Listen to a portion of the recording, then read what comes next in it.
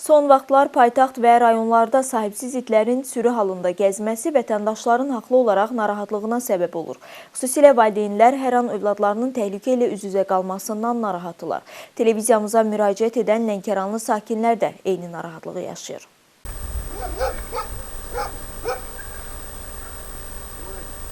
Gördüyünüz bu kadrlar Lənkəran rayonunun Girdəni kəndi ərazisindəndir. Kənd sakinləri Adəm Məmmədov və qonşuları küçə itlərinin onlar üçün problem yaratdığını bildirirlər. Nəvəm məktəbə gedir, dükana gedir, evdir də, adam özü üçün ərzaq alır, gətirir, keçmək olmur, hücum çəkir üstümüzə.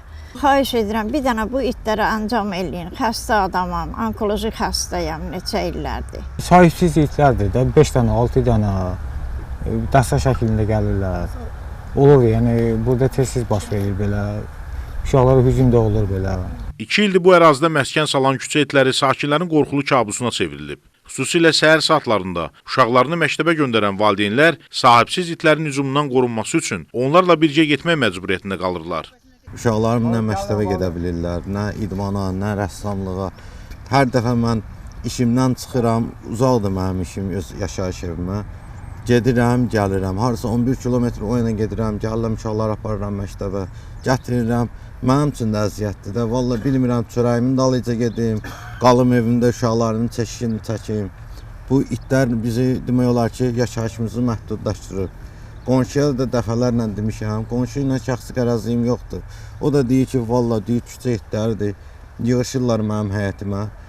Bütün qurumlara da xəbərdarlıq eləmişik. Sakinlər iddia edir ki, sahibsiz itlərin onların küçələrində məskən salmasına səbəb qonşuluqda yaşayan ailənin mütəmadi bu heyvanları yemləməsidir. Çəkiliş apardığımız zaman həmin evin sahibi ilə də danışdıq. O bildirdi ki, sahibsiz itləri onlar yemləmirlər. Hasarların aşağı olması səbəbindən itlər onların evinin qarşısında toplaşırlar. Sahibsiz itlərin sakinlər üçün yaratdığı problemdən aidiyyatı qurumlar məlumatlı olduqlarını bildirirlər.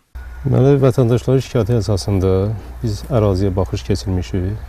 Həqiqətən sahibsiz itlərin olması müşahidə edildi və bu istiqamətdə aidiyyatı orqanlara da məlumat verilmişdir. Vətəndaşların rahat gediş-gəlişi üçün, yoldan rahat istifadə eləməsi üçün işlər görüləcək. İndi qalır sahibsiz küçə itlərindən Adəm və qonşularının problemin həll olunacağı günə qədər qorunmasına. Son illər sahibsiz heyvan hücumlarının sayının artması aidiyyatı qurumları hərəkətə gətirməlidir. 2024-cü ilin ötən dövrü ərzində Respublika üzrə 25.140 heyvan dişləməsi faktı qeydə alınıb. Respublika Gigiyena və Epidemiologiya Mərkəzindən ötən ilin sonunda mətbuata verilən açıqlamaya əsasən, bunlardan 13.907 hadisə məlum heyvanlar, 11.233 hadisə isə naməlum heyvanlar tərəfindən olub. İsmail Cəfərli, Eyüp Məmmədov, Eldəniz Qurbanov, Lənkəran.